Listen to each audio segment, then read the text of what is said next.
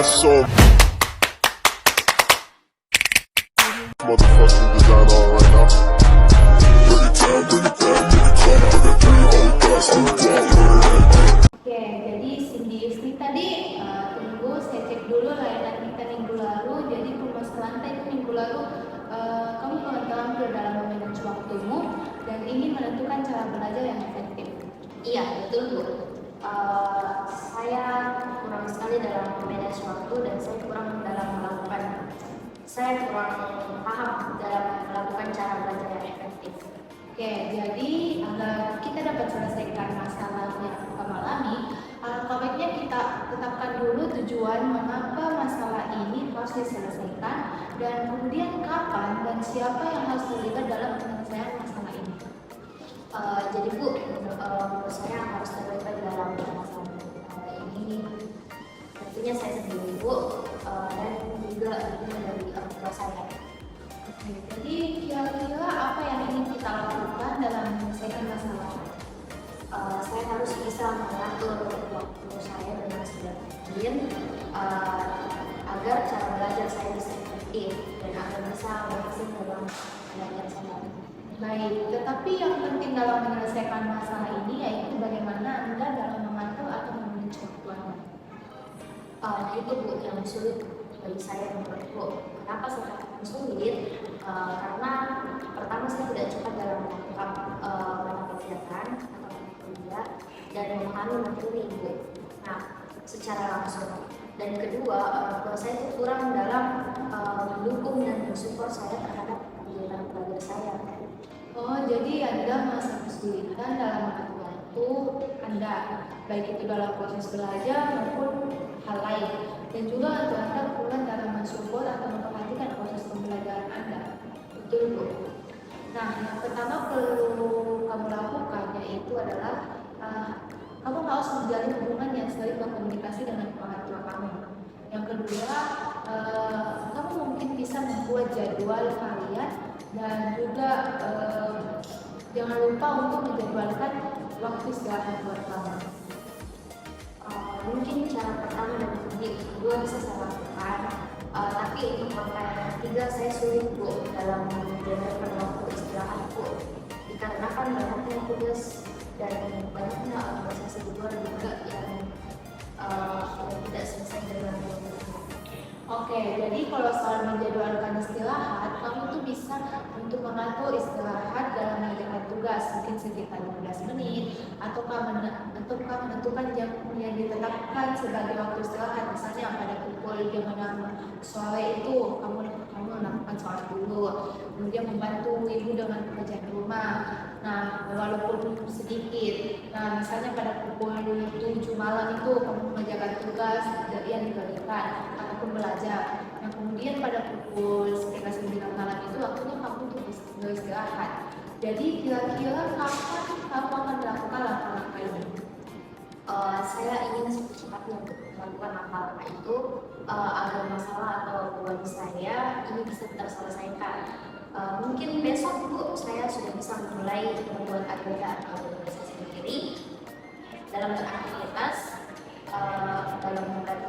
waktu bersama keluarga, waktu saya keluar, waktu saya jalan-jalan dan waktu untuk beristirahat agar tidak ada yang agar saya tidak dapat kelelahan. Oke, jadi silahkan kamu melakukan langkah-langkah yang tadi sudah saya sampaikan.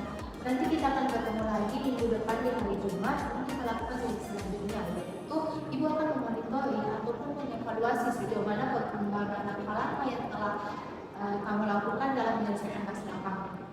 Baik Bu, terima kasih. Iya, sama-sama. Ibu lihat kamu tetap melakukan hal yang maksimal dalam menyelesaikan masalah kamu sendiri dan menjadi pribadi yang lebih baik. Jadi semangat ya.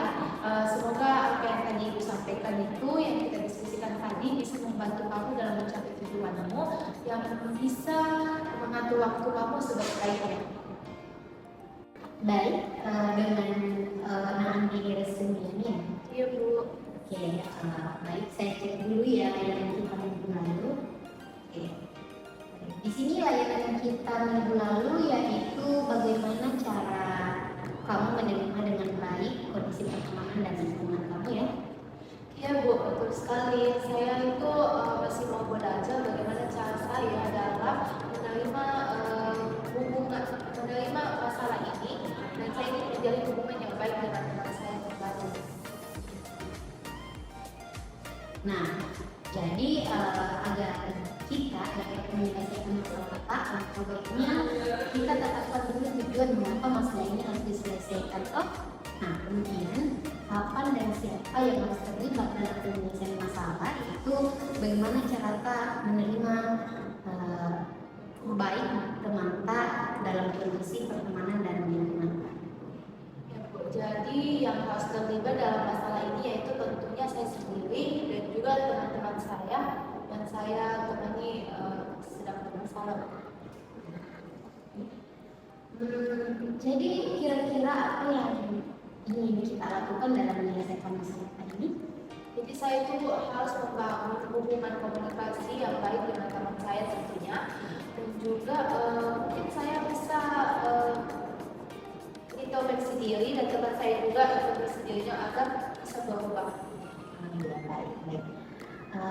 Tapi yang penting dalam menyelesaikan masalah ini yaitu bagaimana Anda dalam mengatur waktu atau memanage waktu untuk bertemu atau bersapa teman yang memang membuat Anda tidak nyaman. Nah itu Bu yang sulit bagi saya karena ketika bertemu saat di jalan atau mana itu kayak asalnya grogi atau kayak takut untuk menyapa duluan karena nanti takutnya tidak diterima. Oh iya, berarti kita ini kesulitan dalam menjalankan komunikasi duluan ya, apalagi dengan teman yang memiliki sifat seperti itu. Jadi anime ini enggan untuk menyapa duluan ya. Iya Bu, betul sekali. Nah, yang pertama yang perlu Andini lakukan yaitu Andini harus menjalin atau sering komunikasi dengan teman yang Andini sedang menjalani permasalahan ini ya. Dan mungkin kedua bisa menjadwalkan atau mengatur waktu untuk sering bertemu agar supaya komunikasinya itu tidak canggung bertemu seperti berpapasan di jalan atau mengadakan atau bisa juga satu kelompok pada saat di kelas kan. Nah yang ketiga yang terakhir juga jangan lupa untuk menjadwalkan kapan kalian bisa meet supaya komunikasinya itu bisa lancar. Baik Bu, mungkin ya cara pertama itu melakukan komunikasi sih bisa, tapi cara yang kedua dan ketiga itu mungkin saya masih sulit dalam memulai untuk berkomunikasi dengan teman saya itu. Oke, Andini sendiri enggan ya untuk melakukan komunikasi duluan dengan teman yang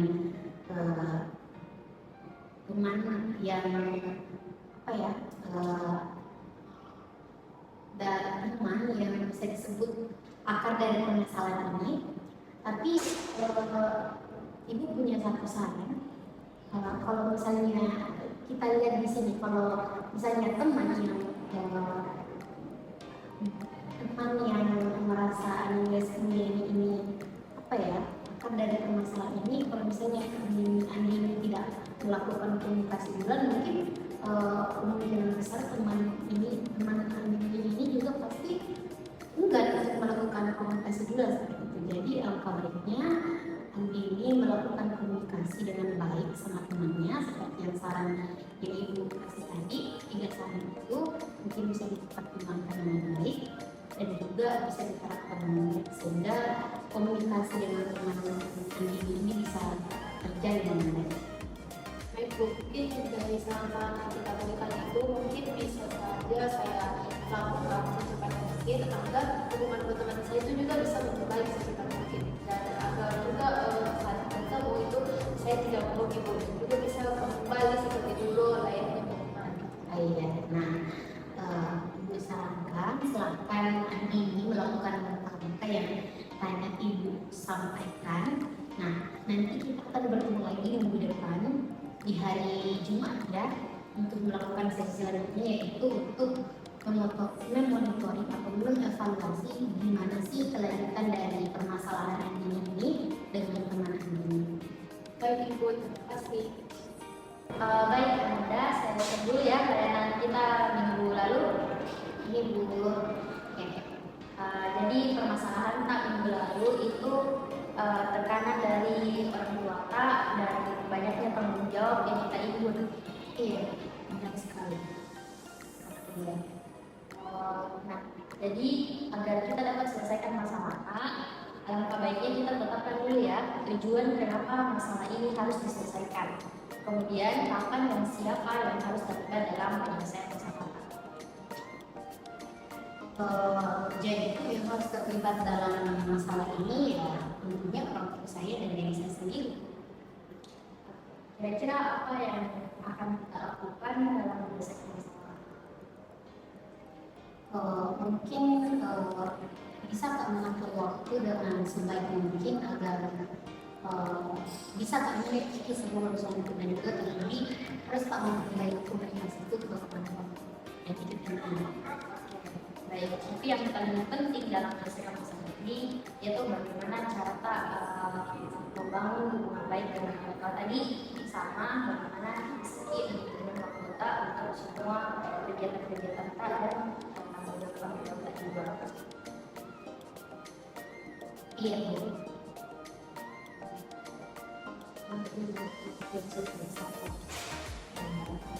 Ya itu yang disebutkan sama ibu untuk bagaimana caranya saya melakukan pekerjaan komunikasi efektif kepada orang tua itu sangat sulit.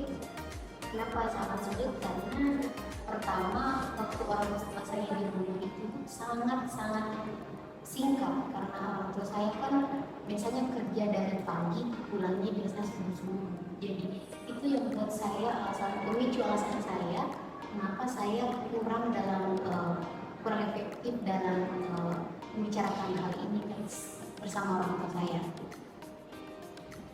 Kurangnya komunikasi ya, kurangnya waktu untuk berkomunikasi, kurangnya pendidikan kepada orang tua dengan orang tua. Jadi dalam jadi ada merasa kesulitan ya dalam mengatur waktu dalam hubungan baik kepada orang tua juga kurang karena adanya karena waktu dari orang tua juga kurang di rumah atau kurang quality time gitu. Iya, dan bukan cuma dari orang tua saya Bu, karena permasalahannya juga di sini bermuncul dari bagaimana saya memanage waktu itu. Nah, itu kan kalau misalnya saya kadang saya terlintas di pikiran aku untuk memanage waktu dengan baik. Saya sudah susun strategi dengan cara memanage waktu yang baik, tapi itu selalu gagal karena mungkin karena faktor pikiran atau bagaimana pikiran saya waktu itu menurut saya kabur-kaburan, makanya mungkin pernah terrealisasikan. Oke. Berarti yang pertama yang Anda perlu lakukan itu adalah Anda mungkin bisa menjadwalkan waktu harian kamu supaya kamu bisa manajemen kegiatan di luar, manajemen tanggung jawab di luar, manajemen tugas-tugas juga. Nah, terus jangan lupa tetap menjalin komunikasi walaupun kurang dalam waktu kedua, tetaplah berusaha untuk menjalin komunikasi yang baik dan hubungan yang baik dengan orang tua. Nah, kedua itu jangan lupa ketiga itu jangan lupa untuk menjadwalkan waktu istirahat Pak. Nah, di waktu istirahat ini juga bisa mencari quality time dengan orang tua, jalan-jalan sama orang tua itu kan juga pemicu untuk menjadi yang terbaik dengan orang tua. Oke, dan harapan saya juga tuh ingin secepatnya keluar dari masalah ini, dari permasalahan saya menjadi waktu dengan baik dengan hubungan saya sama orang tua saya, dan harapan saya tuh saya bisa secepatnya keluar dari permasalahan ini. Dan mungkin kalau misalnya ibu kasih arahan apakah saya harus keluarkan dari permasalahan saya ini, mungkin besok atau lusa saya mungkin akan membuat satu agenda, menjadwalkan kegiatan saya yang lebih cepat lagi.